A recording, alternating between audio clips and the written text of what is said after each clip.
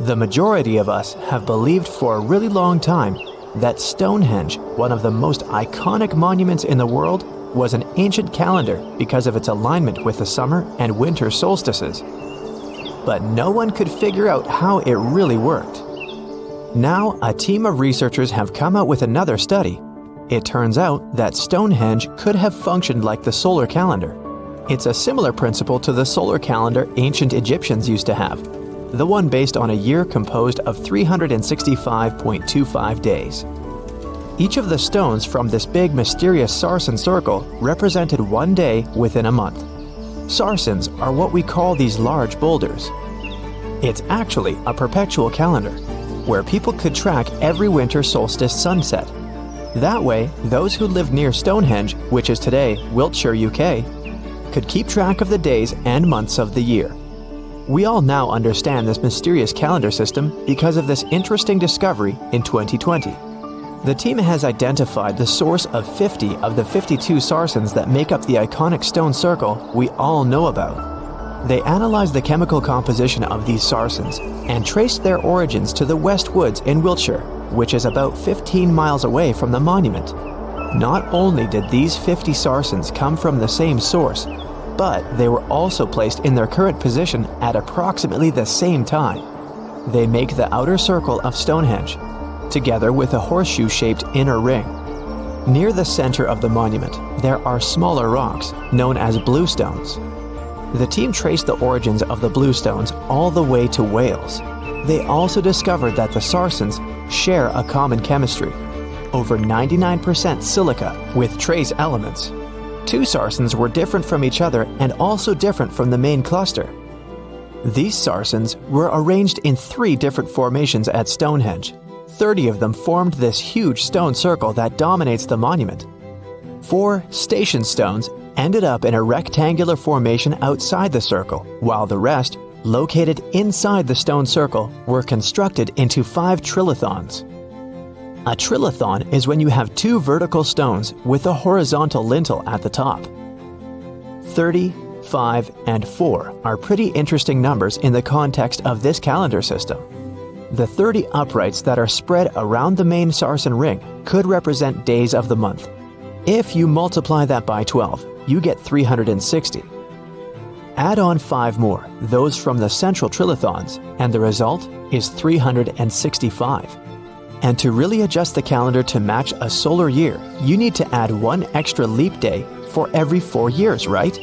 The team believes the ancient people used the 4 station stones to keep track of this part. So, in this system, they paired the summer and winter solstice every year with the same pair of stones. Ancient people started building Stonehenge about 5,000 years ago, and it took more than 1,000 years to finish the work. But the Stonehenge you see today is not the complete, original version from the beginning. People have broken and taken away many of its old bluestones and sarsens. The entire structure also changed over time since there were generations and generations, 180 of them to be precise, that passed since the beginning of Stonehenge, who would participate in the building and rebuilding of it. People created Stonehenge in 4 stages. They first built a circular enclosure that stretched over 330 feet, 100 meters, in diameter and went around 56 pits. A high bank flanks the ditch of the enclosure, while there's a low bank on the outside. Some theories even say that this part was some form of a communal cemetery. Later, in the second stage, builders added a horseshoe of sarsen trilithons. In the third stage, they constructed a ceremonial avenue that was nearly 2 miles long. It possibly traced the path of the bluestones. People moved from the Aubrey holes to the Q&R holes, a double arc that these bluestones have been arranged into. At this stage, builders also reorganized the entrance stones and recut the main enclosure ditch. During the fourth stage, the stones were broken and builders etched carvings into the sarsens. Later, the bluestones ended up being modified again. Builders didn't leave any written records about how they managed to drag these heavy stones to the site and get them to stand so perfectly upright. But there are theories that say their techniques were more closely associated with woodwork than masonry. They made mortise holes and protruding tenons because they wanted to slot these stones together, and they used tongue and groove joints to do that. When they dug the hole for the stones, they placed timber poles at the back of the holes that were used as brace support. Then they moved the stone into a position and hauled it upward with ropes. They packed rubble into the hole to make sure the stone stayed in place. A pre-industrial farming society put this fascinating monument together using only tools made of stone and bone. Not even the wheel had been invented yet. This unusual formation is also known as ringing rocks. The stones you can see at Stonehenge have some pretty odd acoustic properties. When you strike them, they produce a loud clanging sound. That could be one of the reasons why people bothered to transport them over such a long distance in the first place. In some ancient cultures, people believed that these rocks contained healing powers. It's a really popular location that attracts over 1 million visitors a year. When it first opened to the public, visitors were allowed to walk among the stones. They could even climb on them, as there weren't any restrictions. Until the 19th century, visitors would regularly chip off pieces of the rock to take them home as souvenirs. They would also engrave their initials into the stones. They camped within the circle and dug fire pits, not realizing that the digging pits could seriously undermine the stability of the entire monument. Over time, visitors have encountered more and more restrictions until the monument was finally roped off in 1997 because of the serious erosion of the stones. That means if you want to visit, you can only view it from a distance unless you want to pay extra for the stone circle experience, which can be arranged outside of normal visiting hours. Stonehenge originally had 2 entrances that led into the enclosure. There was a wide one to the northeast and one that was a bit smaller and located on the southern side. If you look at it today, you can see there are many more gaps. This is mostly because of tracks made later that once crossed the monument. The ground within Stonehenge has been severely disturbed, and it wasn't just about random visitors digging fire pits. There was a group of people who dug a large deep hole within the stone circle in the 17th century because they were looking for treasure. Then there was Charles Darwin, who also did some digging because he was studying earthworms in the area. He wanted to know how these worms could impact objects in the soil over time. He observed how a fallen stone there had sunk deeper into the ground and realized it was happening because of the activities of these tiny creatures who churned through the soil all the time. In 1963, there was a theory that Stonehenge had been built as some sort of computer that predicts solar and lunar eclipses. Later, some proposed it was actually constructed as a monument to ancestors that had passed away. This theory says the permanence of its stones represented the eternal afterlife. The average sarsen you can find there weighs 25 tons, while the biggest one weighs around 30 tons. If you want to get an idea of how massive these stones really are, you can go behind the visitor center in the outdoor gallery to check out a replica sarsen stone. It's a true copy of a freestanding upright from one of the trilithons that are located in the inner horseshoe of the monument. There are 5 Neolithic houses at Stonehenge based on real archaeological evidence of houses found in that area. Each of them had stake-built walls and a chalk floor. Some even had furniture. There was also a lot of trash discovered, which means people in this area used to like celebrations and feasting. Research has shown that people lived in these houses for 50 to 100 years, around 4,500 years BCE, which was the time when the builders brought the sarsen stones to Stonehenge. During the time they were building Stonehenge, generations of people went through major changes themselves, from the Stone Age to the early Bronze Age. They were no longer as static and isolated. They started to travel and trade more, which means they communicated way more than their ancestors, even internationally. This is how they could have spread the word about Stonehenge, and it's also when the whole mystery and fascination with the monument began. Stonehenge wasn't a witchy monument to travel through time. It was actually constructed as a hope to build a different future. Recent research just found out that the monument was probably raised as an attempt to reunite the Britons during a period of big division. The thread of this story lies on the altar stone, the monument's most iconic rock. For years, scientists believed that the stones used in Stonehenge, including the altar stone, came from the nearby Preseli Hills in Wales. In this scenario, Stonehenge would have been built by a local community.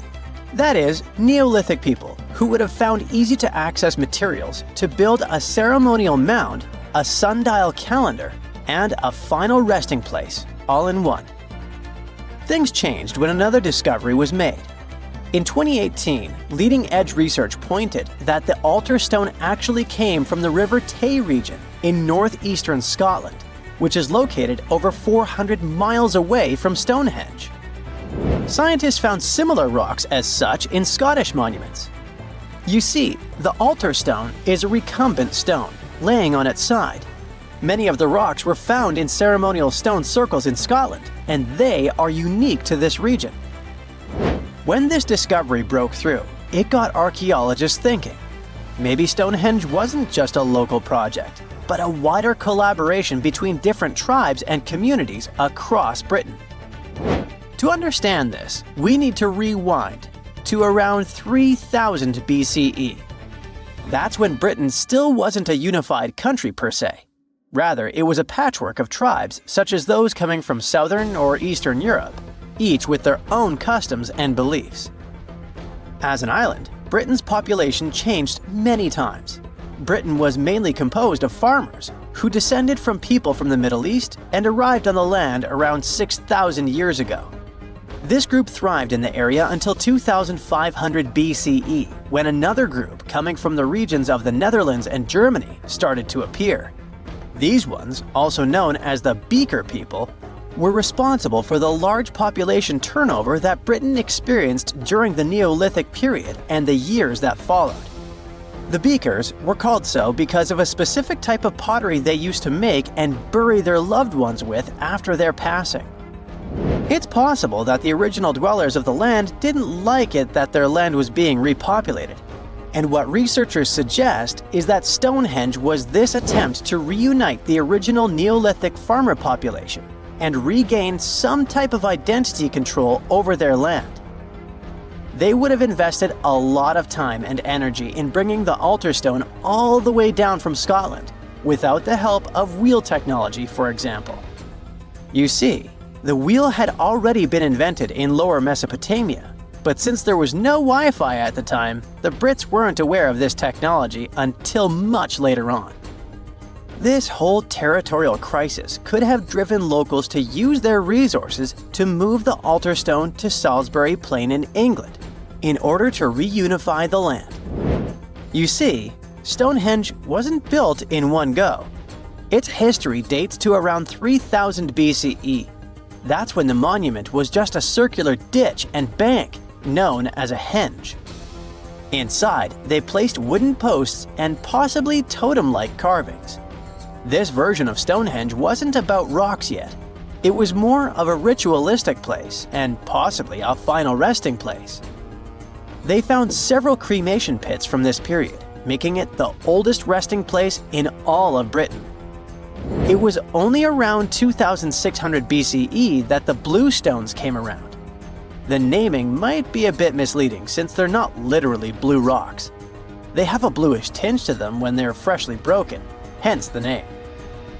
These smaller rocks probably came from the Preseli Hills in southwest Wales, which is about 150 miles away from Stonehenge.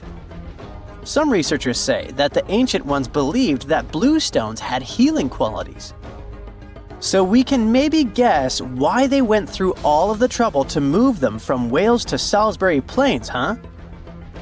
A little bit later than that, circa 2500, that's when we start having the Stonehenge we know and love today. That's when the Sarsen stones started to arrive. The Sarsens are Stonehenge's huge stones. I mean, each Sarsen can weigh around 25 tons. That's as much as 3 African elephants stacked together. The Sarsens make that iconic outer ring circle. Supposedly, that's also when the altar stone was moved from Scotland directly to the heart of Stonehenge. The altar stone is the largest of the blue stones used to build Stonehenge. Today, the altar stone lies recumbent at the foot of the largest trilithon of the monument. In case you don't know, the trilithons are the horizontal stones used to form those famous arches we see today. And here's where the story takes a twist. For nearly a century, scientists believed that the altar stone came from the same area as the Blue Stones, the Preseli Hills in Wales. It made sense back then. If you're already hauling stones from Wales, why not grab a special one to be the so-called altar? Except that theory started crumbling in 2018 when a team of researchers decided to dig deeper. They used advanced geochemical analysis to pinpoint where the altar stone's sandstone actually came from, and it turns out it wasn't Wales. Instead, the results pointed north, specifically to the Orcadian Basin in northeastern Scotland, 400 miles from Stonehenge. This revelation changed the whole script of Stonehenge's story. How would they move the rocks, you may ask? Well, there's an old theory known as the ice road that suggests that the rocks were moved by natural icy pathways that formed during the winter. This way, they could slide the rocks down all the way to Stonehenge. But hey, if we're talking about a distance of over 100 miles, that's not too realistic. Anyways, this theory was debunked because it was warmer back then than it is today. There's also the river theory that suggests that the rocks were floating along the river from the quarry to the site. But if we're talking about sarsen rocks, they're too heavy to float. So there goes this theory. What we're saying is, no one knows how the rocks were moved. Another interesting info came from all the research done in Stonehenge. A recent laser survey of the stones revealed the different stone working methods used and has shown that some parts of the monument were more carefully finished than others. In particular, the northeast side and the inner faces of the central trilithons were finely dressed. FYI, a trilithon is one of Stonehenge's most famous shapes. It's when two huge monoliths receive a third one on top of them, connecting the two together. This fancy word is just Greek for having three stones. But anyway, the bigger question, and maybe why Stonehenge is so famous, is why it was built in the first place. You see, Stonehenge's entire layout seems to have been carefully planned to align with the movements of the sun. The monument's architecture is particularly attuned to the solstices, the shortest and longest days of the year. During the summer solstice, the sun rises perfectly in line with the heel stone, casting light straight into the heart of the stone circle. A spectacular, almost magical sight that surely wowed its ancient audience. But it's the midwinter solstice that seems to hold a special connection to the altar stone. As the sun sets on that day, its light aligns with the altar stone at the center of Stonehenge. To the builders of Stonehenge, this alignment may have symbolized more than just celestial precision. It likely carried profound ancestral and spiritual significance. The altar stone, illuminated by the setting sun, could have been seen as a bridge between worlds, connecting the living with their ancestors, the earth with the cosmos, and the present with the eternal. In a world without calendars, clocks, or weather apps, the solstices were everything. They marked the rhythm of life, guiding agricultural cycles and spiritual rituals alike. So Stonehenge wasn't just about the stones or the people who built it, but perhaps a way to honor their ancestral roots in an ever-changing world. Recently, scientists made an astonishing discovery that might solve Stonehenge's mystery. They found something hidden deep within the DNA of Stonehenge's sarsen rocks, the huge monolithic ones, and it might reveal why our Neolithic ancestors designed and built this thing in the first place. Over the years, scientists have been scratching their heads, trying to figure out where the huge sarsen rocks came from. For years, they believed they came from a quarry just 15 miles away from the site, known as Marlborough Downs. At this site, they found similar minerals to the ones that make up the sarsen rocks.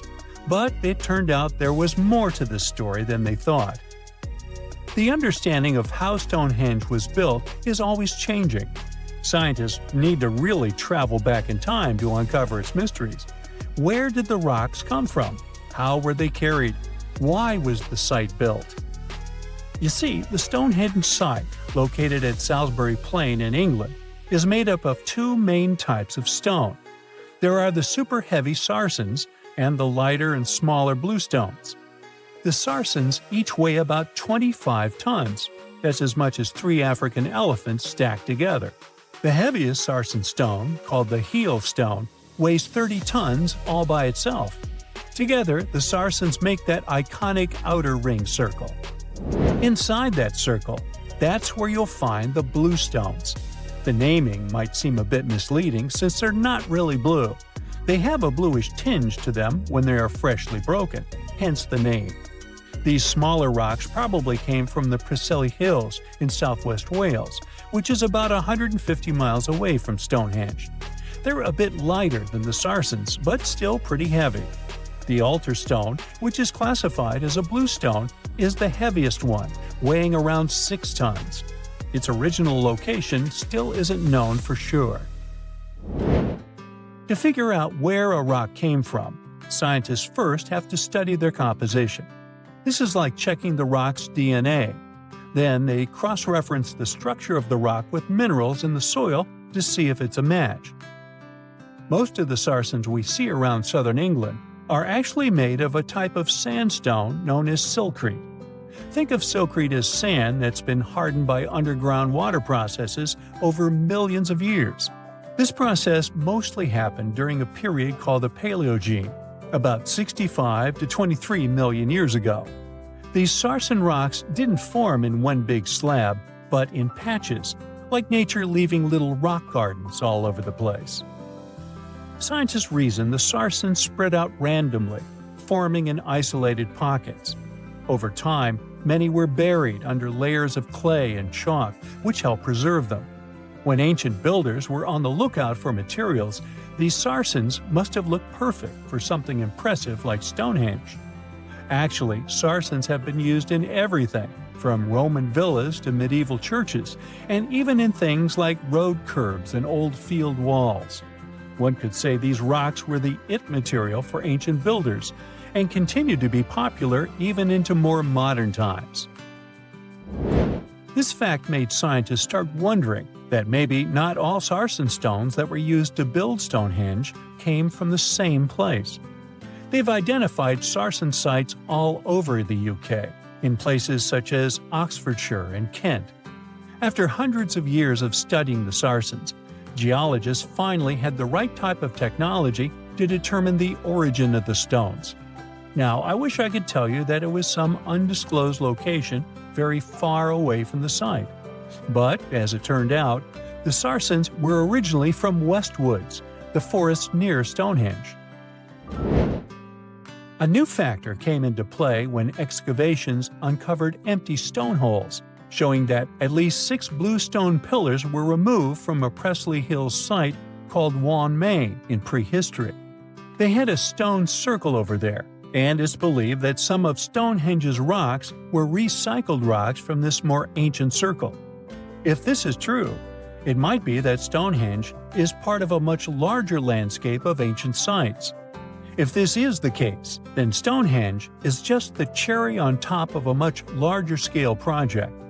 Think of it as the sacred centerpiece of an entire landscape of monuments, mounds, stone circles, and things. This is why scientists want to find out where the rocks came from so badly. It could lead to why and how Stonehenge was built. Now, Stonehenge didn't just pop up overnight. It was built in several stages over hundreds of years.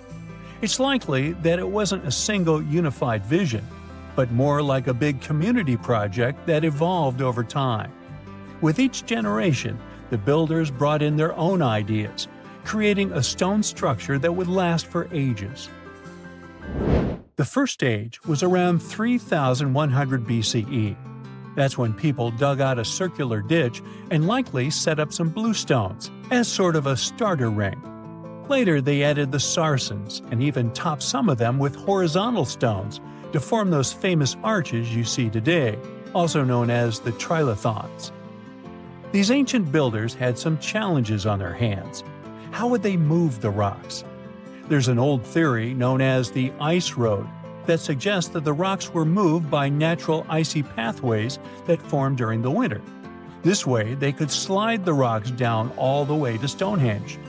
But hey, if we're talking about a distance of over 100 miles, that's not too realistic. Anyways, this theory was debunked because it was warmer back then than it is today. There's also the river theory, which suggests that the rocks were floated along the river from the quarry to the site. But if we're talking about sarsen rocks, they're too heavy to float. So there goes that theory. What we're saying is, no one knows how the rocks were moved. Another interesting science tidbit came from all the research done in Stonehenge. A recent laser survey of the stones revealed the different stone working methods used, and has shown that some of the parts of the monument were more carefully finished than others. In particular, the northeast side and the inner faces of the central trilithons were finely dressed. FYI, a trilithon is one of Stonehenge's most famous shapes. It's when two huge monoliths receive a third one on top of them, connecting the two together. This fancy word is simply Greek for having three stones. But anyways, the bigger question, and the reason Stonehenge is so famous, is why it was built in the first place. Theories are all over the place, and some sound like they're straight out of a sci-fi show. So here's a rundown of the most popular ideas. There's, of course, the solar calendar theory. This one supposes that the stones are aligned with the movements of the sun, especially during the summer and winter solstices. During the summer solstice, the sun rises to the left of the heel stone, that's the lone stone outside the main circle, lighting up the entire monument.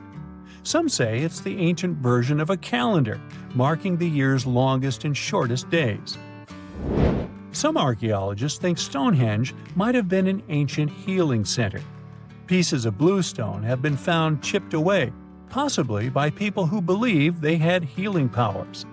The theory goes that people traveled from all over to come to Stonehenge in hopes of a cure for whatever was ailing them. There's also some speculation that Stonehenge was the place to be. Think of it as an ancient gathering spot. Some evidence suggests that communities from distant areas traveled to Stonehenge for gatherings, feasts, and ceremonies. Studies of bones found near the site show they came from all over Britain, making it a sort of prehistoric meetup location. Hey, you've heard of Stonehenge? Of course you have.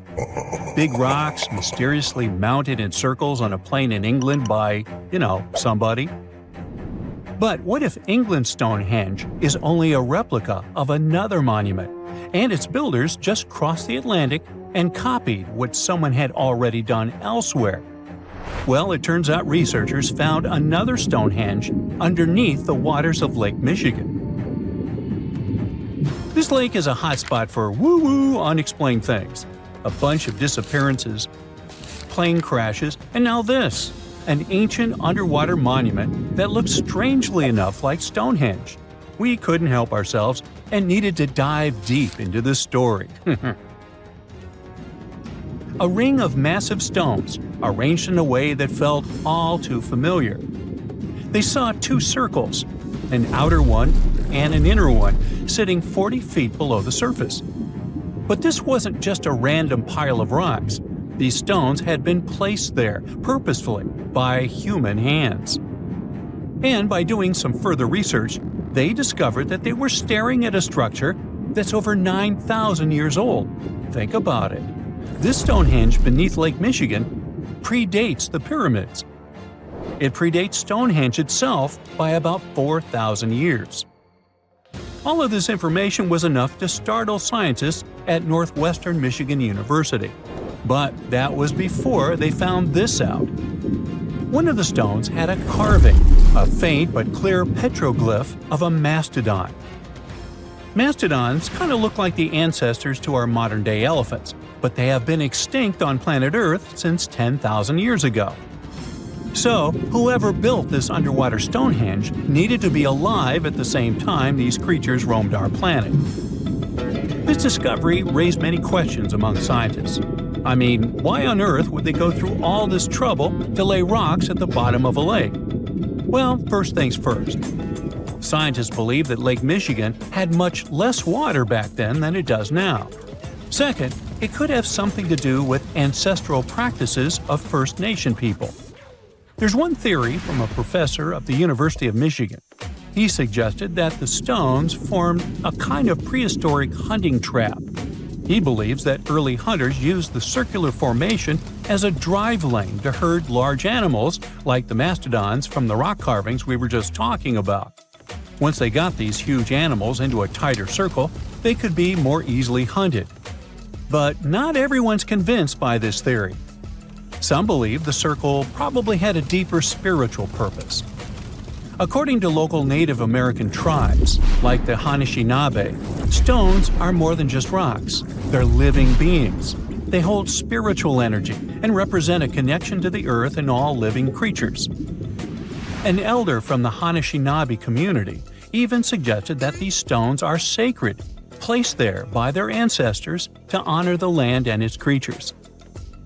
Scientists are trying to study the stone formation in depth, like about 40 feet. But that's the problem, actually. The fact that it's underwater makes it super difficult, since they don't have the best technology. Traditional archaeological tools don't work as well when everything is submerged, but promising new technologies like stereophotogrammetry, which literally means making 3D models of a site, are helping scientists study the stone circle more closely. Still, research is slow and expensive, so it's hard to know when this mystery will come to a close. As we said, Lake Michigan is a hot spot for unexplained phenomena. Its lakebed is filled with shipwrecks, such as the Thomas Hume, a sturdy American schooner. It also collects debris from airplanes that have suddenly gone missing while flying the area, such as Northwest Airlines Flight 2501 that disappeared in the 1950s. Some people even call the area the Lake Michigan Triangle, suggesting paranormal activities like what happens in the Bermuda Triangle might be going on.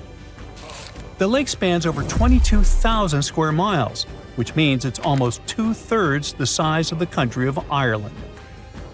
In 2024, scientists were able to access another one of Lake Michigan's mysteries, the wreck of the Margaret A. Muir schooner. This 130-foot-long sailing ship sank over 130 years ago. The discovery was announced just recently by the Wisconsin Underwater Archaeological Association, the WUAA, whose team found the shipwreck sitting 50 feet below the surface just off the shores of Algoma, Wisconsin.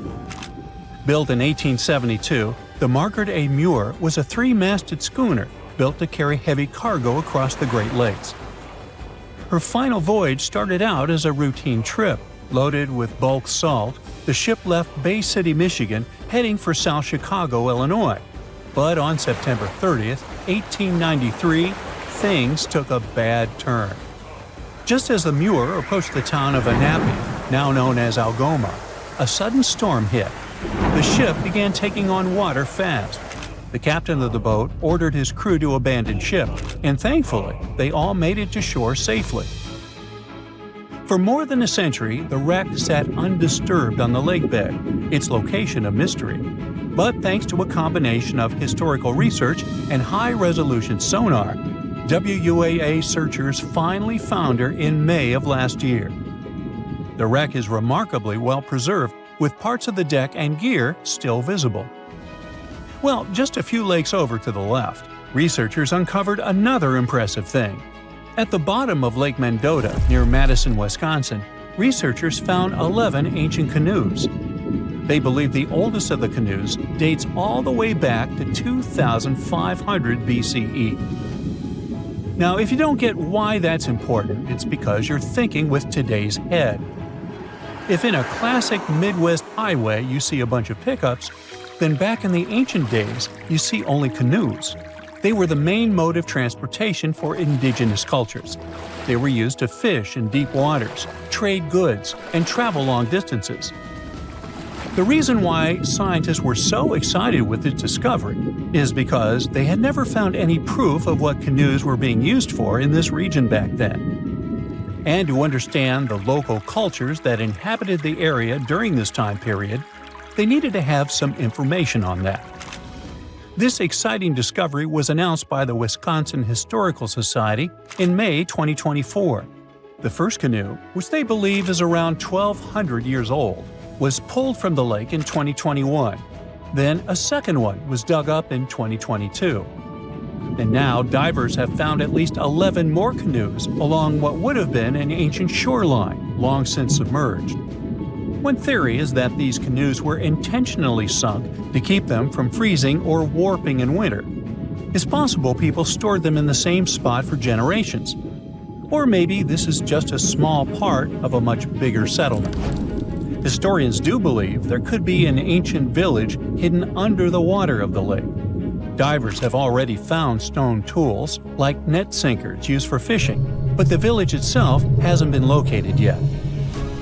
Truth is, while the Great Lakes often steal all the thunder, scientists point out that smaller lakes like Mendota have stories too. The Wisconsin Historical Society is working closely with Native nations to piece together more about the lake's history. You'll need to believe me when I say there is a third Stonehenge, all the way under the waters of Lake Constance, Switzerland. I mean, think of it like Stonehenge's cousin. Archaeologists began to discover this back in 2015, when they found a line of 170 man-made stone cairns under the lake. Scientists say this was most likely the work of several villages, and that the cairn site was probably used for some collective purpose because, well, the formations are huge. Some of them are several dozen feet wide, and they can build up to 6 feet. The most amazing discovery so far is that the site dates back to around 5,500 years ago. So around the time the original Stonehenge was being built. Some of the facts that link them together are their construction dates, as well as the distinct characteristic of stone monuments built in a circular format. Scientists don't know much about this site yet, but hey, I see a pattern manifested all over the world, don't you? The tranquil-looking Lake Manaun in Cameroon is one real trickster. At first, it may seem calm and peaceful, but this lake is like a fiery volcano waiting to erupt at any moment. And it doesn't even have the decency to give any warning signs. Its last outburst was way back in 1984, which caused a bang that left everyone in awe. It's like the lake's got a soda can mechanism down there, or in technical terms, it experiences a limnic eruption. This rare phenomenon happens when gas from deep under the water suddenly erupts. Certain things have to happen prior for it to occur though. There are some things you can look out for if you feel worried. For starters, if the vegetation around a lake looks a bit flattened, it might have previously experienced a limnic eruption. That's because the water can pop up with a lot of pressure and overflow. The water being a bit warmer all of a sudden can also mean you need to head to safety. There's this lake in Kazakhstan that looks like a total disaster on the surface, with empty tree trunks sticking out of the water. Not cute. But if you're feeling daring and want to take a swim, you'll be transported to a whole new world. Its story goes back to the year 1911, when there was a landslide that filled the valley with rainwater, completely submerging a local forest. As mesmerizing as it might sound, it's no easy task to dive in. The water is freezing, and all the algae, plants, and submerged trees make it a risky obstacle course. Have you heard about this scorching lake on the sunny Caribbean island of Dominica? The water around the edges is at a sweltering 180 to 197 degrees Fahrenheit. No wonder no one has the guts to measure the middle. It's that hot. Sure, the heat may go down once in a while, but who knows when those waters will start boiling again? Plus, this place is full of nasty gases like carbon dioxide. Because of them, Let's just say it doesn't exactly smell like roses, more like rotten eggs. So unless you want to end up looking like a boiled lobster, I suggest you stay away from these waters.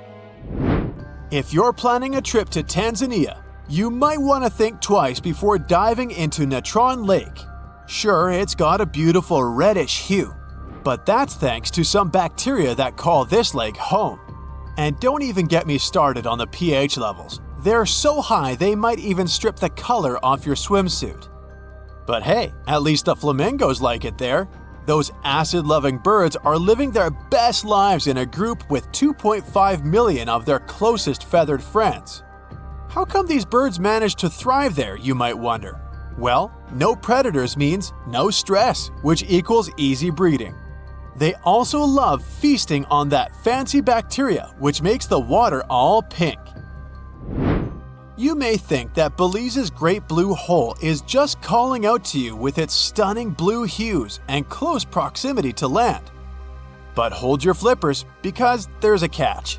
Sure, it's about 900 feet across and 300 feet deep, but lurking beneath the surface is a confusing patterns of tunnels filled with coral and wildlife. It's like finding your way through a maze at a theme park, but with more fish. And as if that wasn't tricky enough, the deeper you go, the fewer creatures you'll encounter. Why, you ask? Well, it turns out that there's a sneaky layer of hydrogen sulfide that covers the entire width of the hole, depriving any living creature of oxygen. Plan on heading to the Devil's Kettle waterfall in Minnesota? This one won't necessarily be dangerous for you, but you might end up losing some of your stuff out there if you don't pay attention. That's because this waterfall experiences a phenomenon that's a real head-scratcher for geologists. One part of the waterfall flows normally, while the other part disappears into a big ol' hole. And get this, not even ping pong balls can make it out. Scientists decided to investigate, and they went all out, even using GPS trackers. Initially, they couldn't figure it out until they realized that the hole acts like a giant blender.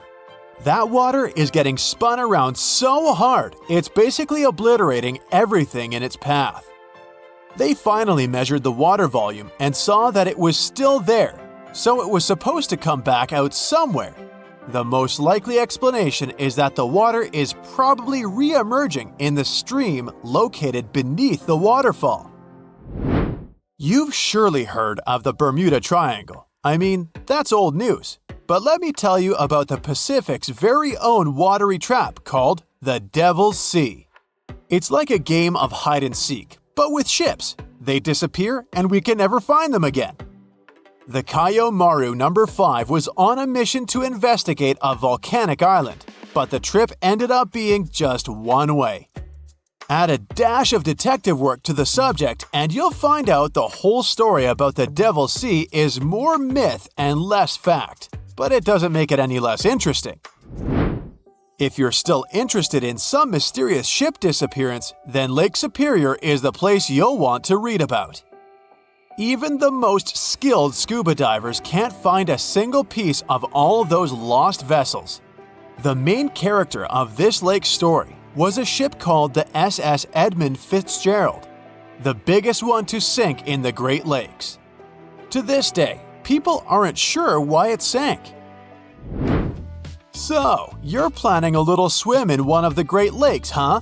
Well, might want to steer clear of Lake Michigan, unless you're really into extreme water sports. This bad boy has a reputation for being the most dangerous of the bunch, thanks to some sneaky undercurrents that like to snatch unsuspecting swimmers. Make sure to watch out for those pesky piers and docks that only add to the lake's swimming difficulty. If you're feeling adventurous, you might want to skip the months of October or November. This is when the temperatures start to drop and the currents get extra wild. Tibet has its dangerous lake too, and at first glance, it's gorgeous. But don't get too excited. It's got a salt content so high that nothing can survive in it. Some villagers around there actually consider it to be tainted with some sort of substance. The cherry on top? Other locals believe there's a selfish creature living in the lake who's hogging up all the space for itself. No wonder its nickname is Darkness. No list of dangerous waters is complete without Lake Victoria, the big kahuna of African lakes and the third biggest in the whole wide world. But beware, not all its waters are safe for us humans.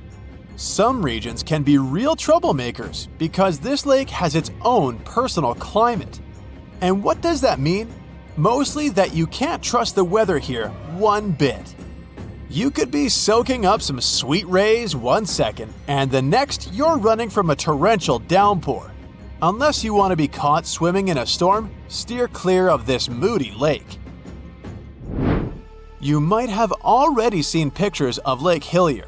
It's like a giant pool of grapefruit juice in Australia. Scientists have been scratching their heads over it for centuries because they still can't figure out with certainty why it's pink. But here's the kicker, it's not the only one. Yep, there's another pink lake out there called Lake Retba. Both of these lakes have super high salt content, which is apparently a magnet for some fancy microorganisms. These little guys produce beta-carotene, you know, the substance that's in carrots. And that's what gives these lakes their groovy colors. Interested in swimming in this lake? It's not technically dangerous because the water has such high amounts of salt in it. There are no scary sea creatures to worry about. But, on the other hand, you'll need to make sure you don't accidentally take a sip. Drinking highly salted water will make you dehydrate faster than a plant in the desert. Hey, if you think Stonehenge is one of the oldest stone monuments ever, well, let me introduce you to Göbekli Tepe. Buckle up, we gotta travel to Turkey to meet this really old guy. Yeah, he's too old to travel. Jokes aside, Göbekli Tepe, an archaeological site located in southeastern Turkey that dates back to the Neolithic period around 10,000 BCE. It's considered to be one of the oldest and most significant archaeological discoveries in recent times. The site consists of a series of circular and rectangular structures made of stone pillars. Yeah, it does look like its younger brother Stonehenge. Some of those pillars are decorated with intricate carvings of animals and other symbols. Now, you maybe wonder, hey, why on earth did they make such a fascinating building? What was its purpose? Sorry, I got no answer for that. The purpose of the site is still unknown, but it is believed to have been a ceremonial center for the ancient people who lived in the area. The discovery of Göbekli Tepe has challenged long-held beliefs about the development of human civilization, as it suggests that complex societies may have emerged much earlier than previously thought. Okay, pack your stuff, our travel's just started. Next destination, Masada. It's an ancient fortress located in Israel on a plateau overlooking the Dead Sea. Hey, look at that view, spectacular, huh? It was built by King Herod the Great in the 1st century BCE, and it was very smartly built. Within the fortress, there were various facilities such as storehouses, barracks, a palace, and a set of cisterns capable of holding approximately 40,000 cubic meters of rainwater. People living there believed that the collected runoff from a single day's rainfall could provide sustenance for over 1,000 individuals for a period of 2 to 3 years. Access to the fortress was limited to 3 steep and winding paths leading up to fortified gates. Still, at one point, the fortress was occupied by people who had fled Jerusalem after the city was captured by the Romans. They held out against the invaders for several months, but eventually they were defeated. But these guys didn't surrender. The story of Masada has become a symbol of resistance and bravery. Today, Masada is a popular tourist attraction and a UNESCO World Heritage Site. The next flight is going to be short. We're popping over to Egypt to see the Karnak Temple Complex. It's a vast ancient Egyptian temple complex located in the city of Luxor, Egypt. It was built over a period of 2,000 years and covers an area of more than 200 acres. The complex is dedicated to the worship of the deity Amun-Roka.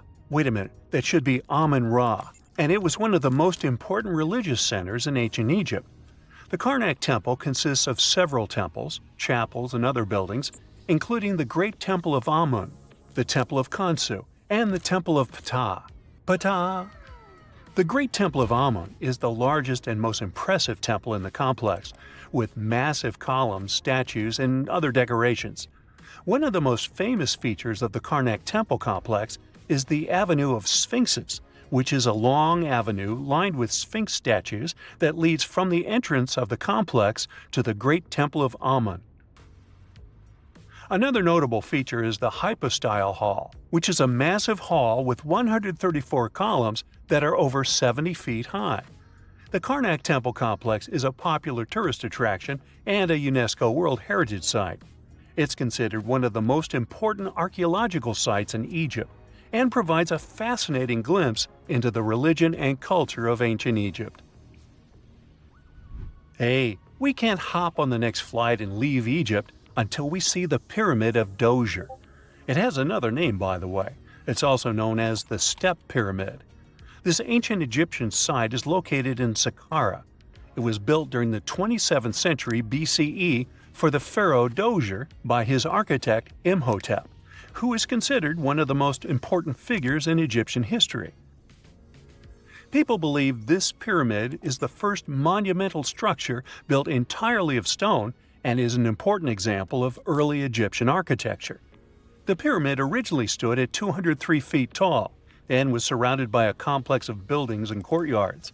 It was constructed in 6 layers, each smaller than the one below it, giving it the distinctive step-like appearance. The pyramid was used as a burial place for Pharaoh Djoser and was surrounded by a vast necropolis that contained the tombs of many other important officials. The Grateful Dead? The Pyramid of Djoser has several renovations and additions over the centuries, including the addition of a limestone casing that covered the original step structure. However, much of the pyramid was destroyed over time, and today only the central core remains. Despite this, it remains an important archaeological site and a popular tourist attraction in Egypt. Alrighty, we're ready to move on. There's one more pretty recent discovery we gotta see today. The Tower of Jericho was only discovered during excavations in the 1950s and 60s. It's an ancient stone tower located in the city of Jericho in the West Bank. Just like Göbekli Tepe, this one is believed to be one of the oldest stone structures in the world, dating back to approximately 8000 BCE. The tower stands at over 28 feet tall. It's made up of 2 main sections, an inner tower and an outer tower, which are connected by a series of stairs. The purpose of the Tower of Jericho is not entirely clear, but it is believed to have served as a defensive structure or a watchtower. It may have also had religious significance, as it was located near a sacred spring. The Tower of Jericho is a significant archaeological site and has provided valuable insights into the early history of human civilization. It's open to visitors and is a popular destination for tourists interested in ancient history. Now, this ancient site even got attention from Netflix, and they made a movie where the action takes place in Mohenjo-Daro. This site was a major center of the Indus Valley civilization in present-day Pakistan. Mohenjo-Daro was one of the largest cities of the ancient world, with a population estimated to have been around 40,000 in its peak. Trust me, that must have been a crazy megalopolis back then. The city was notable for its advanced urban planning, with sophisticated drainage and sanitation systems, and its impressive architecture, including the Great Bath and the Granary. Mohenjo-Daro was abandoned around 1900 BCE, and its ruins were only rediscovered in the 1920s. Today, it is a UNESCO World Heritage Site and an important archaeological site for the study of ancient South Asian civilization. We're heading to a teeny-tiny country that has quite an impressive history. Welcome to Malta. The Tzigantsia Temples are a Neolithic site located on the Mediterranean island of Gozo. They're probably one of the oldest freestanding structures in the world, dating back to around 3600 to 3200 BCE. The temples consist of two megalithic structures, each with multiple rooms and altars. The name Gigantia means giant tower in Maltese, as people believe that only giants could have built such massive structures. The temples are believed to have been used for religious purposes and are considered to be an important example of prehistoric architecture. They were added to the UNESCO World Heritage List in 1980. Well, you must be pretty tired, but there's one more place we gotta visit today. Our plane is already landing in Armenia, and we're here to see the Temple of Garni. Look, this one is well preserved. This temple dates back to the 1st century CE. It was built by King Tiridates I as a dedication to the sun deity Mir. Sadly, the temple was destroyed in the 17th century during an earthquake, which is quite a common thing for this area, but it was later reconstructed in the 20th century. Today, it's a popular tourist attraction and is also listed as a UNESCO World Heritage Site. Lake Michigan is one of the largest and most mysterious freshwater lakes in the United States. And now, deep inside it, scientists have stumbled upon something unexplainable. Vast, round craters scattered all across the lake's floor. It all started in 2022. A team of researchers wanted to map the lake's bottom and look for some shipwrecks. At first, they were sure it's going to be just some typical rocky terrain or sandy patches. But what they saw on their sonar screens stopped them cold. Strange circular shapes that looked almost too perfect to be natural. They were hiding about 500 feet beneath the surface, in places where the water turns dark and impenetrable. Those guys are huge, ranging from 300 to 600 feet wide. They also plunge nearly 40 feet deep. And there are dozens of them, neatly arranged like some footprints. But the team had no idea what these things were. Then, in August 2024, the mystery only deepened. Using a remotely operated vehicle, they got a closer look at these formations. There were about 40 of them. No one had ever seen anything quite like this before in the Great Lakes. What could have created those craters? Could they be ancient? Perhaps remnants of some geological event lost to time? If that's the case, it's weird how long these holes have likely been sitting there, undisturbed. Theories started popping up. One possibility was that they could be sinkholes or dolines. Those are basically holes that suddenly appear in the ground when the surface layer collapses. The rock beneath the surface, often made of limestone, gets slowly dissolved by water over time, creating voids underground.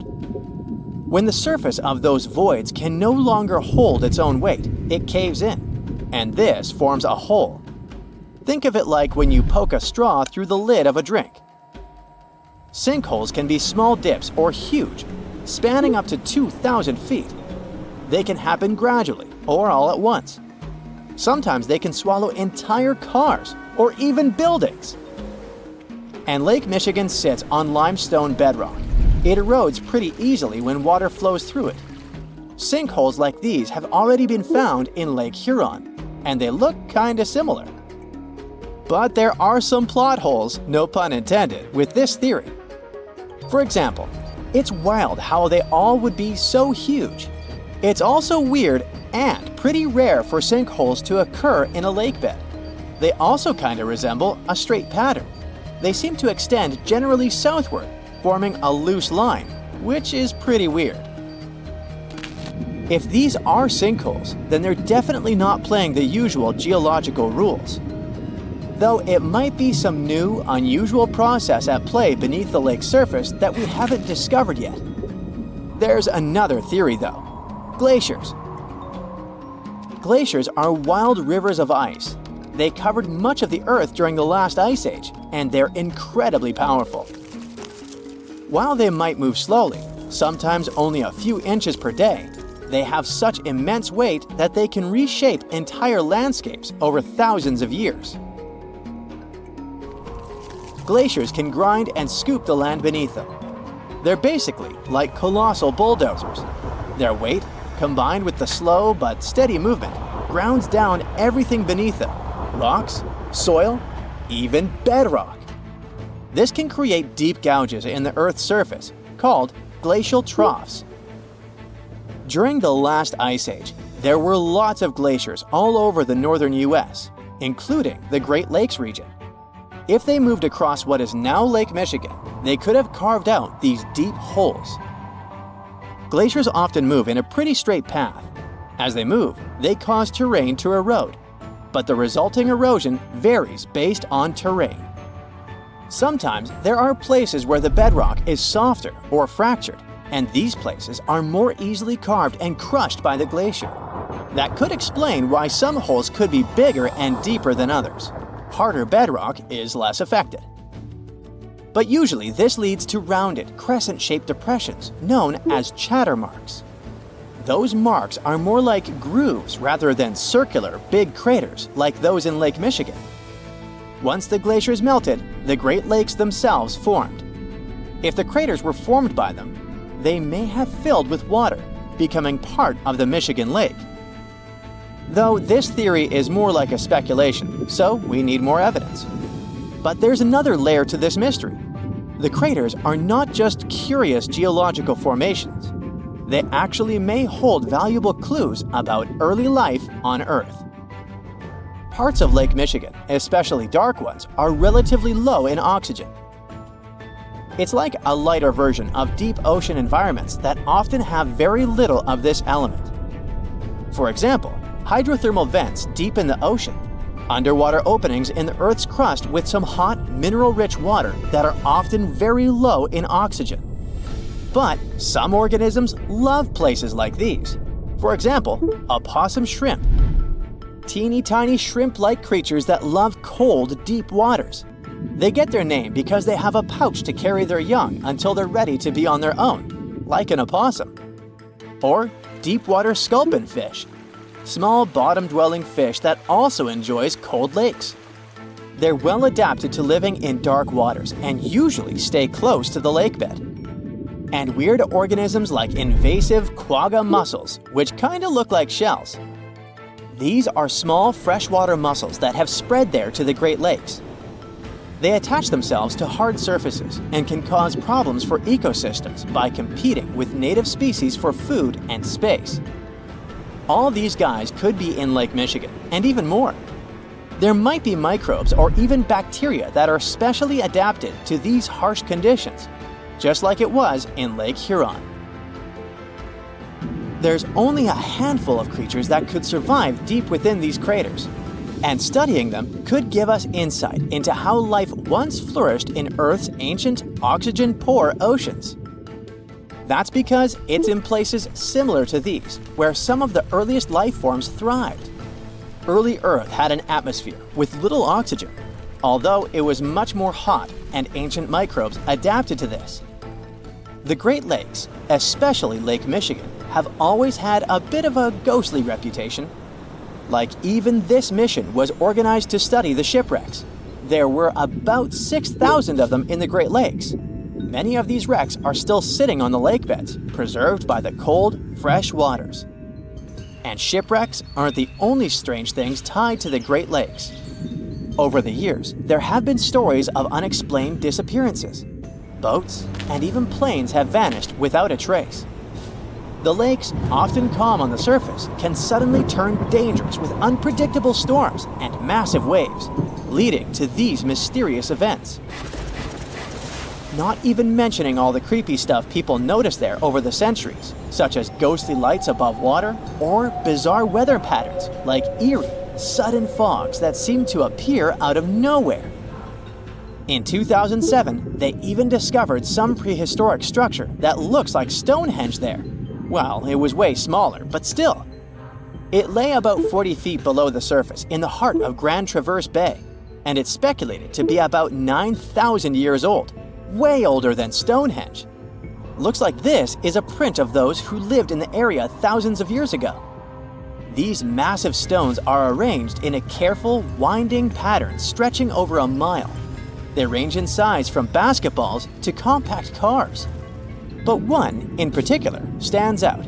A boulder 3.5 to 4 feet tall, 5 feet wide. It's etched with the image of a mastodon. a creature that roamed the Earth about 11,000 years ago before it went extinct. It probably sank there during the end of the last ice age we mentioned. This period had reshaped the region. This place is underwater now, but back in the day, it was still dry land. So the stones were probably created by people who lived there, though we're not sure why. Were they used as hunting blinds? Or was it some sort of an ancient calendar? Who knows? Only about 15% of the Great Lakes floors have been explored. Now, scientists are gearing up for a deeper dive into this mystery, both literally and figuratively. They want to analyze the lake beds surrounding the craters, hoping that maybe something in the environment around them might have caused them to appear. They have initiatives like Lakebed 2030. These missions should map the entire underwater landscape. This would help us learn tons of interesting stuff about Lake Michigan and our planet's past. Who knows what other secrets these dark waters hide? Now, the next time you travel the world on Google Maps, check out this lake in Finland that is shaped just like the country itself.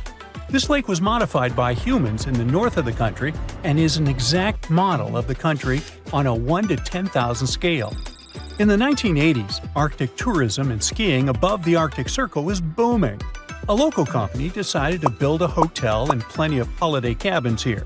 The pond, shaped like Finland, was supposed to bring more tourists to the area. They managed to finish it in just 1 week with 2 excavators, a tape measure, and a few sticks. And I must say, they did a great job. If you don't like long elevators, head to Hanover, Germany. One of the outdoor elevators there only travels for a few inches, and the whole experience takes a few seconds. It has become a real star on social media after some tourists posted footage of it, so you might have to wait in line to enjoy your short ride. In case you're wondering what's the point of this elevator, well, it's installed at the local train station. Every inch counts when you're traveling with heavy luggage or have limited mobility, so it's a good way to navigate within the station.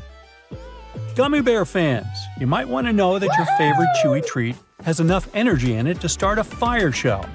If you drop 1 gummy bear into an ignition tube with a small amount of molten potassium or sodium chlorate in it, it will quickly disappear in a ball of fire with an impressive fume cloud. First, potassium chlorate melts. Then the melted potassium chlorate breaks down and releases oxygen. The sugar in the gummy bear burns quickly, turning into carbon dioxide and water, which gives off a lot of energy. After everything cools down, you can look at what's left. The black stuff is unburned carbon, the white solid is potassium chloride, and the caramel-looking stuff is partially burned sugar. So we only have 6 muscles in our outer ear, and cats have an impressive 32. That's why they can rotate their ears 180 degrees and use them to show their current mood. If you see the ears are upright and facing forward, you have one happy cat. If the ears are rotated to the sides, sort of like airplane wings, or angled backward, your kitty must be really stressed or afraid of something. Ears held low or rotated to the sides could be a sign the cat is sick, so watch out for those. A stray dog in Brazil got a job as a professional car consultant at a local Hyundai dealership. The company manager noticed a stray pup next to the dealership and started leaving food and water for his new friend. Other staff members also fell in love with the pup and finally decided to adopt him. The doggy got a home, a job, and the name Tucson, after Hyundai's popular compact SUV. Tucson's job includes wearing a tie, getting behind the wheel, and winning over the hearts of customers. You can see from the company's social media that he excels at all these tasks. In Mexico, they like to spice up mango and citrus fruits with salt and chili pepper. You can try mango with a shrimp taste in the Philippines and salted watermelon in the southern states. When you're eating a sweet fruit sprinkled with salt, you'll notice the salty flavor with the first bite, and the sweet fruity taste follows a bit later. And when you get used to it, it feels as juicy and amazing as ever. It's most likely because salt affects the sweet taste receptor for sugar, and then the real magic happens on a molecular level. You can try and put salt on any fruit you like, but the effect will be different. Salt can make sweeter fruits like cherries and strawberries even sweeter, and balance the flavor of grapefruit, pineapple, and watermelon. Now, back in 1956, long before the first dating apps were a thing, or apps in general, a Swedish sailor named Ake Viking decided to ask the sea for help to find a soulmate. He put a short message to someone beautiful and far away in a bottle and let it travel the world. 2 years later, he received a reply from a girl named Paulina from Sicily. She wrote that she wasn't really beautiful, but she thought it was super cool that the bottle had covered such a huge distance. That's why she decided to let the sender know she had found it. Well, they became pen pals, and after a while, you guessed it, Viking moved to Sicily to marry his one and only Paulina. That unique pattern on your fingertips stays with you for your entire life. If you happen to damage your fingerprints somehow, or develop some skin condition that can change them, they'll still grow back within a month. As you grow older, the skin on your fingertips becomes less elastic and the ridges get thicker, but the pattern still doesn't change. It just becomes harder to scan.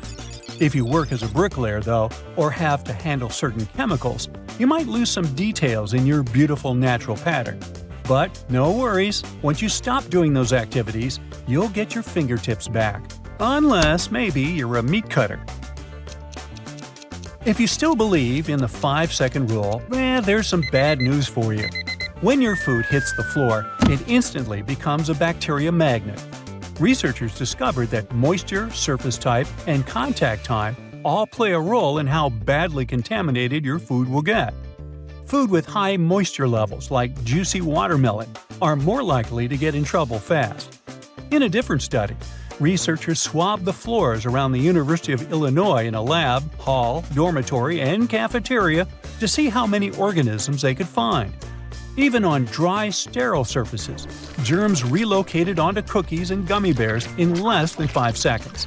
For some foods, it took less than 1 second for the transfer to begin. The first Barbie doll was made in 1959, but her great-great-great-grandmother comes from ancient Rome. Archaeologists found some incredible sarcophagi during construction work in Rome in the 19th century. One of those had a 9-inch long doll next to its owner. The head and body were made from a single piece of ivory. Its arms and legs were separate and connected with a clever nail mechanism, allowing them to move. Its face was so detailed that it looked like a tiny portrait. The doll even wore a tiny gold ring with a key on its finger and had a small ivory box full of jewels, tiny mirrors, bone combs, and the remnants of accessories. But Ken was nowhere to be found.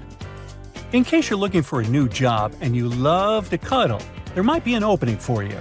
As weird as it sounds, a professional snuggler is a real job.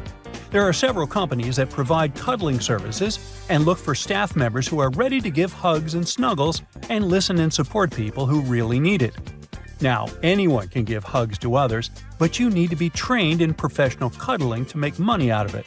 You will need to learn to set boundaries with your future clients without hurting their feelings and to mentally care for others without giving away too much of your own personality. Famous scientist Nikola Tesla knew that the whole world would go wireless back in 1900. He mentioned that devices no larger than a watch would be able to transfer signals precisely.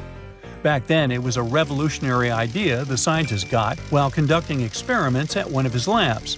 Tesla was so confident about the success of his idea that he even convinced famous banker J.P. Morgan to invest money in his project. The World Wireless System involved a tower shaped like a mushroom on the shores of Long Island. It was supposed to transmit messages, phone calls, and images to ships across the Atlantic Ocean. Sadly, because of financial issues, the tower was never finished. Oh well, it all turned out now, didn't it? Being afraid of the ocean is a very understandable fear. We have it in our genes. In the past, humans had to avoid certain dangerous situations, like big animals and deep bodies of water, in order to survive. Plus, we've only explored 5% of the oceans, so we never know what we can stumble upon there. In regular conditions, GoPro is just a camera. But if you find it lying at the bottom of a 400-foot pit in the middle of the Caribbean Sea, that will make your blood run cold. I know 400 feet may not seem like much, But a person who is deep diving for fun usually can swim from 59 to 98 feet deep only, unless they're a professional diver. But say you made it to that pit and retrieved that GoPro. That would have still been fatal to you. In this specific hole where the camera was found, there would be a layer of hydrogen sulfide, a very dangerous and foul-smelling gas, at the mark of 300 feet. The gadget was 100 feet lower, alongside its owners, two long-lost explorers. To this day, very few people manage to dive this deep and go back unscraped. In fact, the deceased explorers were found only with the help of submarines. Now, you might be curious about the content of the GoPro. In stories like this, we expect proof of foul play or sinister footage. But the only thing found there were the images of happy times the explorers had during their trip. A sad ending to a vacay. Now, in deep waters, you can also find many species that seem to be otherworldly, but in a cute and interesting way, like the alien sponge. This fun little fella is a sponge first seen near the Mariana Trench in 2016.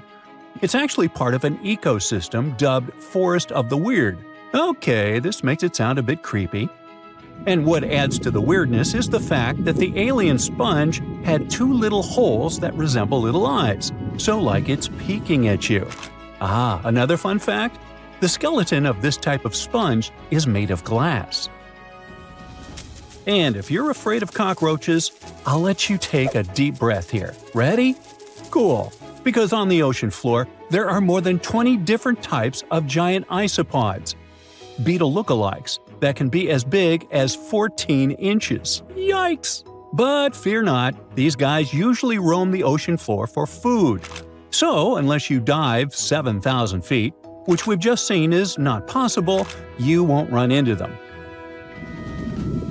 Now, despite the horror movie name, the bloody belly comb jelly is actually a fascinating creature you can also find in the ocean. They live in the twilight zone of the ocean, which is between 820 and 4,900 feet below sea level. Pretty far from where you usually soak your feet. But what's so cool about this jelly is its color. Because in the twilight zone, the light is very scarce. Many animals either emit a faint glow, like the anglerfish, or create a camouflage. The jelly here is blood red because, in the pitch-black darkness of the ocean, other animals won't see it digesting colorful bioluminescent prey inside its stomach. Besides, the jelly has a row of combs that spark a very beautiful iridescent light. Beautiful and lethal. Humans also have their fair share of contribution to the weird fest that is the ocean floor. Depending on where you swim, you might just find parts of rocket engines used during the Apollo program. Now, when a rocket is launched into space, parts of it are dropped into the ocean where it runs out of propellant, making the rocket itself lighter. And a part of the Apollo 11 rocket engine, yes, that one that first took humans to land on the moon, was actually recovered from the ocean after more than 4 decades. And you can see it at the Museum of Flight in Seattle. Not a space fan? Well, there's something for the Oregon Trail lovers too. There are 2 locomotives living their best lives, or worst, depending on your point of view, just off the coast of New Jersey. They're from the 1850s and are sitting under 90 feet of water. They probably fell off of a transportation ship during a rough storm, or were intentionally pushed over the barge so that the ship didn't sink. Most of these things can only be seen while diving, but worry not. Even if you have a lingering fear of the deep ocean, you can still find weird things by simply walking on the beach. Look at these bizarre Garfield landline phones washed away in Brittany, France. The French have been having bizarre encounters with the sarcastic orange cat since the 80s, and it took about 30 years for French farmer René Morvan to come forward with a simple explanation. A shipping container with Garfield merchandise got stranded in the sea, only to find its final resting place in a sea cave. We bet Brittany locals are still haunted by the creepy smile of that landline phone. And just like a storm uncovered the Garfield secret stash, it also moved a few ships that sank more than 600 years ago. But this is not a simple Titanic story. It actually sounds more like Pirates of the Caribbean, because when the storm moved those old ships, authorities from Caesarea found 2,000 gold coins, some silver and bronze coins, gemstones, and rings. It was a bigger treasure than a dragon could hoard.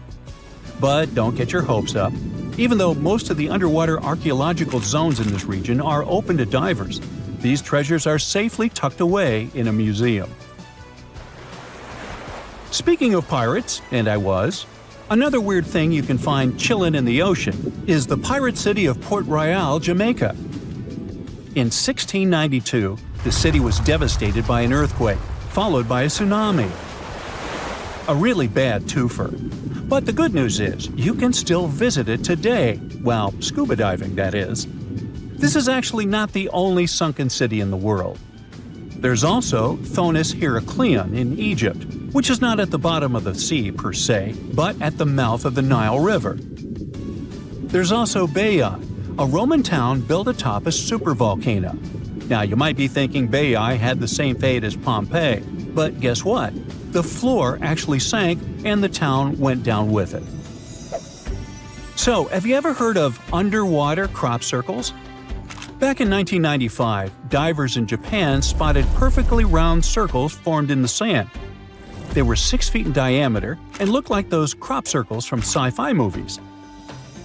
Scientists simply couldn't figure out what or who did it until they caught the culprit red-handed, a tiny male pufferfish only 4 inches long. This little guy uses its body and fins to draw circles and squiggles and decorates his creation with seashells and corals. It takes the fish about a week to do so. All this hard work is part of a mating ritual, and if a female pufferfish likes the art, she will lay her eggs there, right in the center. The circular design of the underwater crop circle actually channels fresh water to the middle of the circle, the ideal scenario for the eggs to develop. And guess what? After she lays the eggs, the female pufferfish leaves, and it's the male that tends the eggs.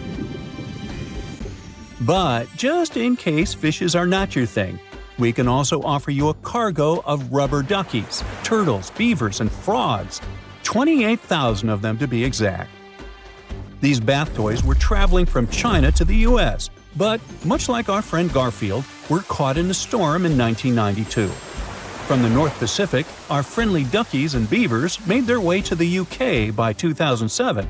But some were bolder and traveled to Australia, Indonesia, Chile, Hawaii, and even Alaska. Now, have you ever seen a strange thing washed up by the beach? Let us know in the comments. Bye. You have about $130 million. What would you do with it? Fly into space or buy an island? There are many ways you can spend this much money, but one anonymous investor used it to build an extravagant underwater city. The project is not finished yet, and a lot of people are currently working really hard to make this crazy idea come to life. If all goes well, in the near future, living under the sea may become a reality. In the past century, there was a limestone quarry near the Welsh border in England. In the 1990s, it became flooded and turned into a lake 260 feet deep. Now, there's a large construction project going on around it. Trucks transport materials and people in overalls construct huge modules that look like giant futuristic submarines. These modules are called sentinels, and they will become the buildings of a small underwater city. Builders and engineers create durable stainless steel materials that allow these houses to withstand a depth of up to 650 feet. This is the upper limit of the twilight zone, where very little sunlight penetrates. Large squid and other creatures live in this zone. Imagine waking up in an underwater hotel room and seeing a giant squid staring at you from the dark. Or even worse, you see a huge eye watching you as you wake up. This could happen if sentinels were successfully installed in the depths of the ocean. Meanwhile, let's return to our project on a small lake. The project is called Deep. Its goal is to make life underwater as comfortable as possible. Inside living modules, builders install bedrooms, kitchens, bathrooms, and observation windows. People will access them using small submarines. However, it's not as simple as calling a taxi. To live underwater, you need to train under the guidance of experienced instructors to test yourself in underwater life simulators. The cost of living there will likely be expensive, but it's worth it. At least you will be well fed. A chef will develop a special menu, and all food will be stored in vacuum-sealed bags to preserve its flavor and nutrients. It all sounds great, but there's a question. Who is financing this project? No one knows the answer. Deep is funded by a secret investor who has already spent more than $100 million. Interestingly, this is not the first attempt to create an underwater dwelling. For example, Jacques-Yves Cousteau, a famous diver explorer, first created the Conshelf 1 underwater house in 1962. This was a steel cylinder located at a depth of 30 feet, where 2 divers lived for a week. In 1970, several women also spent 14 days underwater in the Caribbean Sea at a depth of 50 feet. The aim of that project was to study human psychology in a cramped environment, similar to that of a spaceship. Unsurprisingly, that project was partly funded by NASA. Okay, we have windows overlooking marine life, delicious food, underwater parties, and solitude away from civilization. All these things sound cool, but if we put aside the fun part for a moment, is there any real benefit to it? Oh yeah, ocean exploration. Many marine biologists believe that the best way to explore the ocean is from within. Diving doesn't help much since divers are limited by time and body needs. They can stay underwater for only about an hour and a half at a time. Underwater cities could allow us to live underwater for months. But the most important thing is long-term observation of marine life in its natural habitat.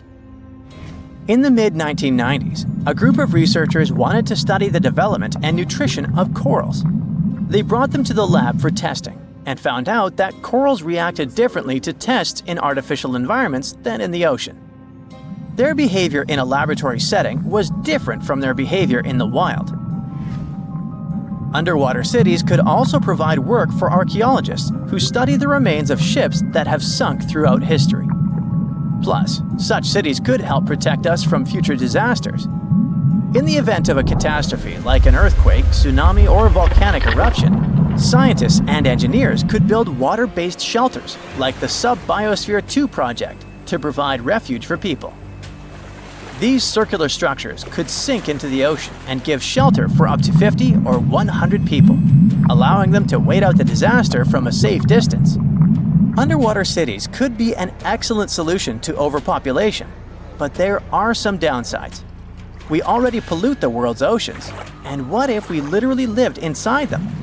It's one thing to use labs to study marine life, but it's another to build hotels for vacationers. One such hotel, called the Water Discus, is a building at a depth of no more than 32 feet. It will have 21 rooms and a restaurant with coral reef views. While the conditions seem comfortable, some experts worry that staying there for long periods could be harmful because of the lack of sunlight. Nevertheless, it would be interesting to stay there for a week and see how it feels. The most challenging aspect of creating such laboratories, hotels, and bunkers is ensuring a reliable life support and safety system. It's crucial that the air, humidity, and temperature be as comfortable as possible for people to live in these structures. However, this requires a significant amount of energy. Currently, all modern underwater buildings rely on external sources of energy located on the surface. But scientists plan to make future underwater projects fully autonomous, using kinetic energy from waves and powerful solar panels to generate power. It's also important to create the right structure for these buildings. Rather than covering an underwater city with a giant bubble, it's more efficient to create several large housing modules. Each module should consist of steel, glass, and special cement. Also, the depth shouldn't exceed 1,000 feet, since a deeper location would require thicker walls because of high water pressure. To load and move these residential modules safely, engineers can use ballast tanks. These are large containers filled with water, which are used to pull the modules down deep into the ocean. Once in place, engineers can release the water from the tanks and fill them with air, causing the house to float back to the surface. And what about fresh air? Fish extract oxygen from the water using their gills, but this method is obviously not suitable for humans. Therefore, we need to deliver air from the surface. It can be piped into the city and mixed with a special substance called sodazorb, which reacts with carbon dioxide and removes it. It would be great if we could generate oxygen inside our underwater cities rather than relying on other sources. This would require farms and plants that can produce oxygen through photosynthesis. But instead of sunlight, these plants would use artificial light. If we talk about complete autonomy, people could get food from the water at any moment, put on scuba gear, a mask, and an oxygen tank, and leave the hotel through an airlock. Use harpoons and fishing nets to catch dinner. Remember to check your oxygen reserves and don't swim for too long. Frying fish in a pan won't work because of strong odors. In an underwater dwelling, air is static like in an airplane cabin, so odors become stronger. Maybe in the future, engineers will create a dedicated cooking area, but for now, you'll have to rely on canned and dehydrated food. If you get bored, go for an underwater walk. Instead of carrying oxygen tanks, use hollow tubes connecting your mask to an air source inside your home. But don't forget that you can't go too far because the length of the tube is limited. Air, food, safe construction. What else? Drinking water. In the future, scientists may create filters in these hotels that desalinate salt water. This water can be extracted from the condensation inside the hotel, as well as from human secretions. Don't be surprised. Astronauts, for example, have been using special technology to filter their liquids and turn them into drinking water for a long time. See this place on the map? Yeah, right there. It's estimated that around 100 people have vanished or lost their lives here. Why, you ask? Well, it seems they were all looking for this guy, Percy Fawcett. He was a British colonel, famous for his sharp blue eyes, perfectly groomed beard, and signature hat. He looked like a character from Pride and Prejudice, but lived more like Indiana Jones. In fact, this character was inspired by Fawcett's story. But his disappearance in 1925 was more macabre than any movie plot. Colonel Fawcett was bold. Not the ask your neighbor's Wi-Fi password kind of bold. I'm talking full-on, I don't care that much about my life bold.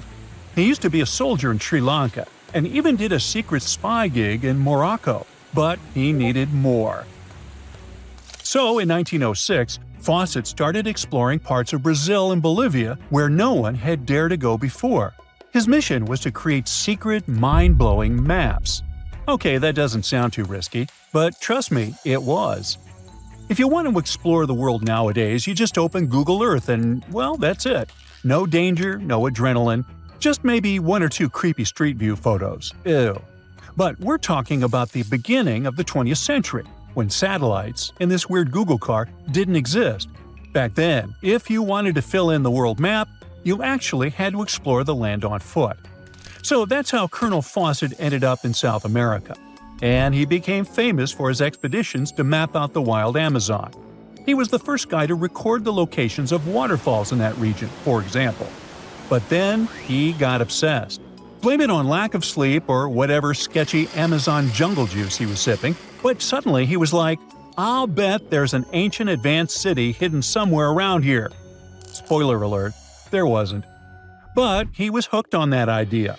Hanging out with native Indians for so long convinced him that large groups could totally thrive in the middle of a massive rainforest. And of course, Fawcett loved a good old adventure story, especially the ones from the 16th and 17th centuries, written by European explorers. In those stories, adventurers claimed they had found huge settlements and fine roadways deep in the heart of Latin America. But Fawcett's all-time favorite story came from a manuscript written in 1753. Back then, adventurers were hunting for precious metals in Brazil when they stumbled upon a ruined city with monumental buildings, roads, and plazas. Oh, and every corner had a Roman-style spire. Naturally, the colonel was all in to find it. Too bad no one told him this manuscript is mostly considered a forgery. Yep, this story is as real as Snow White's. But then, things got weird. The settlement described in that manuscript was supposedly located in the northeast side of Brazil. But now, he's saying there's an advanced civilization in Mato Grosso, which is in a different part of the country. So he decided to name this new place the City of Z. Back in the 1920s, the colonel launched 2 separate expeditions to find it, but both trips failed, as he faced terrible weather, fever, and of course, exhaustion. Now, tell me in the comments, what do you think Fawcett did after 2 failed expeditions? Option A, he quit. Option B, he called his mom. Option C, he tried again because he didn't get the memo that the universe is clearly saying stop. Well, of course, option C is the right answer. This is relentless Fawcett we're talking about. So, 3 years later, the colonel finally gathered enough cash to launch yet another expedition in search of the City of Z. All he needed was a crew of people crazy enough to join him. Famous and experienced explorers were begging to come along. But nope, Fawcett decided to take his son and his best buddy instead. In January 1925, this brave trio set off on their journey. They packed mosquito nets, canned food, and made a promise, we shall return. Another spoiler alert, they didn't. Uh-oh. The journey kicked off in New Jersey, and then they sailed all the way to Rio de Janeiro, Brazil. There, they stopped to grab some pack animals, like horses, and hired a couple of local guides. Now they were ready to head to the city of Cuiabá. Now keep in mind the distances in Brazil are crazy huge. So this little journey was like traveling from Miami to Chicago on foot. 3 months later, they finally ventured into the jungle for the first time. And that's when the fun really began. The crew faced piranha-infested rivers, an endless maze of thick trees, and the worst part, bugs. The constant annoying zzz of a gazillion mosquitoes wouldn't let them sleep, and Fawcett's best friend's foot got huge from tick bites. But the colonel didn't have time to babysit his friend's princess foot. Oh no, he was too obsessed to take a break. In fact, at some point, he was so far ahead of his companions that he had to camp alone for a night. On May 29th, Fawcett finally came to his senses. There was no City of Z. But did he let that stop him? Not really. He unpacked their gear and sent the local guides back to Cuiabá. But before saying a final goodbye, he asked them to deliver a letter to his wife, saying something like, "Don't worry, hon, our son is well and getting stronger every day." Sure he was. Anyway, after this dramatic farewell, the trio set off into the bush alone. The darkness swallowed the thick forest, and then they were never seen again. Okay, that was intense, so let's fast forward. 2 years later, the newspapers were still speculating whether the trio could still be alive, and Fawcett became a legend, like Bigfoot, but less hairy.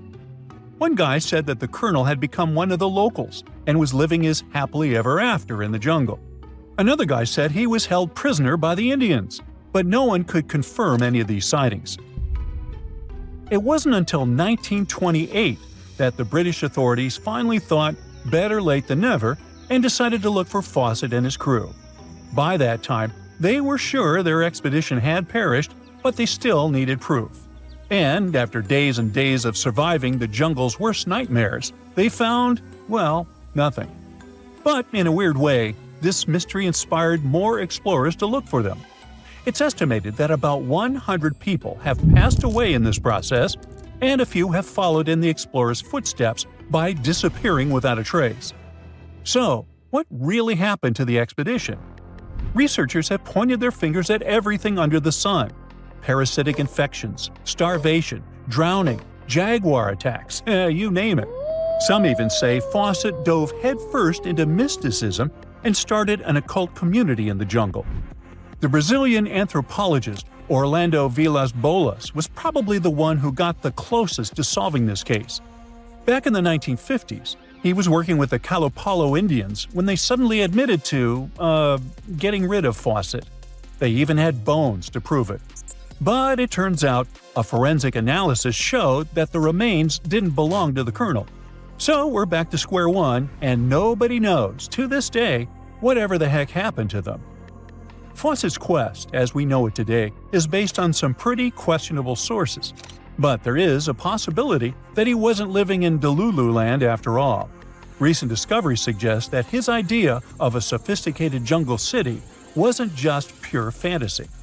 In 2024, a massive ancient city was found in the Amazon, hidden beneath dense vegetation. Evidence suggests it was built around 2,500 years ago, and it was surprisingly advanced, featuring houses and plazas, all connected by an incredible network of roads and canals. But this city was in a forest in Ecuador, not Brazil. So who knows? Maybe the legendary city of Z is still out there. Ooh.